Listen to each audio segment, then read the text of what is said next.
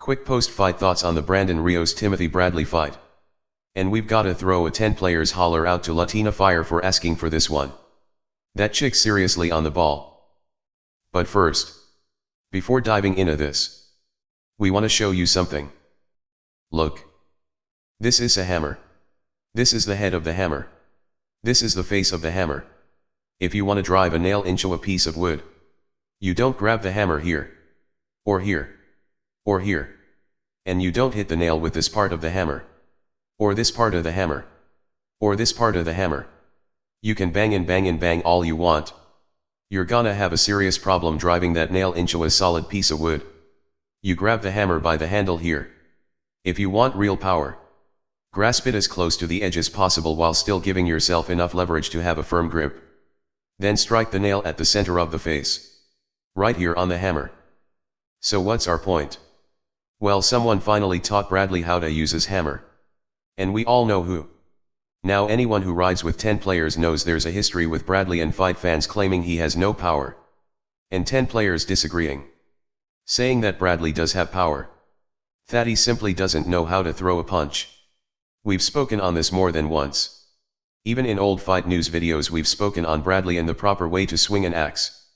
See, Bradley was extremely effective in this fight. And it wasn't because he suddenly started using a new energy drink and got more powerful. Teddy's simply showing him how to use his hammer and swing his axe. Now, as y'all know, Bradley defeated Rios by 9th round stoppage. And he's still not hitting the nail with the center of the hammer. But he is connecting with the face of the head of it better than we've ever seen before. This was an impressive victory with a vast improvement. Rios sure the hell isn't the greatest opponent, but he's good enough to gauge what Teddy's done with Bradley, and where this pair's going. His jab and power shots were much improved, his in and outside fighting was much improved, even his defense. That would be because his corner improved. Another problem 10 players has had's been with trainers. We listen closely in between rounds, and we find most trainers to fucking suck. The advice the majority of trainers give is fucking crap. We most recently claimed we're not sure Virgil Hunter trained Ward to do anything. And we have a few reasons why. Buddy's crap advice he gives his fighters in between rounds is one of them. And we've gotta say, listening to Atlas in between rounds was a fucking pleasure.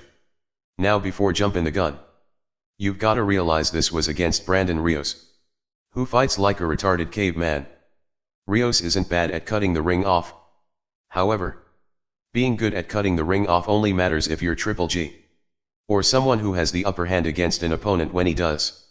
Not someone who cuts the ring off to only get hit with 10 times the amount of shots he's delivering. Or gets you in the corner to get beat the fuck up. Rios claims he's retiring.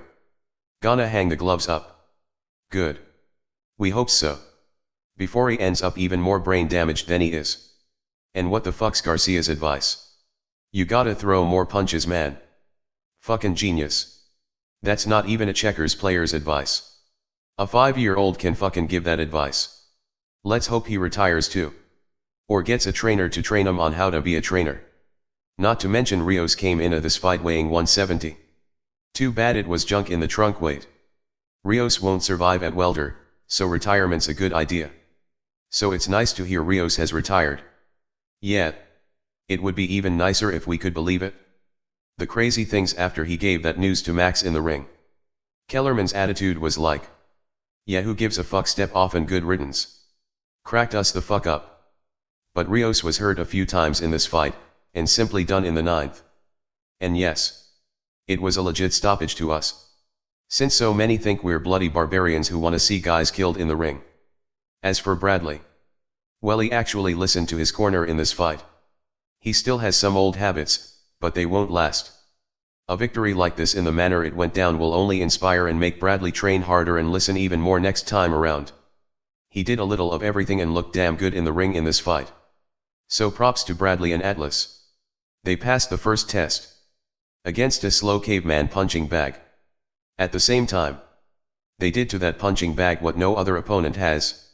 That deserves some respect. Now, we said the pairing of these two would either be a match made in heaven. Or a total fucking train wreck. No in between. And the last thing it is a train wreck. The next opponents for these guys is said to possibly be Pac, or the winner of Cotto Canelo. We'd rather see him face the winner of that fight. We're seriously getting tired of Aram's fucking rematches. Thing is, those won't be no easy fights. But their opponents Bradley would benefit the most from if beating. If not, go for Brooks Strap or fight the winner of Thurman Porter. All good fights. And we're certainly pumped to see Bradley in the ring again. Because we pretty much had this fight a shutout. Bradley went to the body. Bradley went to the head. Bradley was the fresher fighter. Bradley was the faster fighter.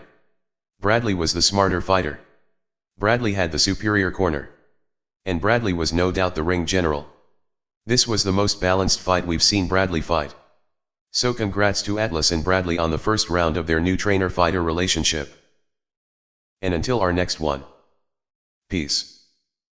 We're out.